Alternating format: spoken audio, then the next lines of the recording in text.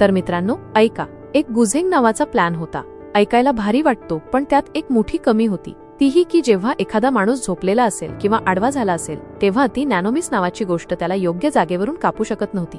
कारण तेव्हा माणसाची उंची 50 सेंटीमीटरपेक्षा कमी व्हायची. म्हणूनच हा प्लॅन रात्री काम करत नव्हता. पण हो, दिवसा कुणी चालत असेल किंवा बसलेलं असेल तर बहुतेक लोक 50 सेंटीमीटरपेक्षा उंचच असतात. त्यामुळे अशा वेळी शत्रू 100% निशाण्यावर यायचा.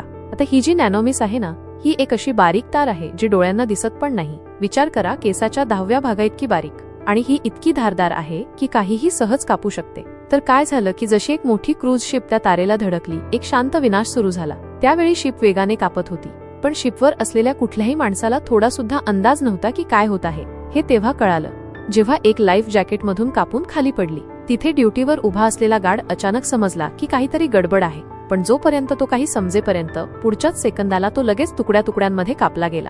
आणि जशी पूर्ण शिप तारेच्या पलीकडे गेली, पूर्णच्या पूर्ण शिप कापली गेली होती. ती फक्त आपल्या जुन्या वेगामुळे पुढे जात होती. आणि जशी शिप किनाऱ्याला धडकली, पूर्ण शिपसोबत काहीतरी भयानक घडलं. ती अशी पडली जसं लहान मुलांच्या ब्लॉक्सचं बनलेलं एखादं खेळणं असावं. आणि फक्त 2.5 सेकंदात ती एकदम व्यवस्थित कापलेल्या भंगाराच्या ढिगात बदलली.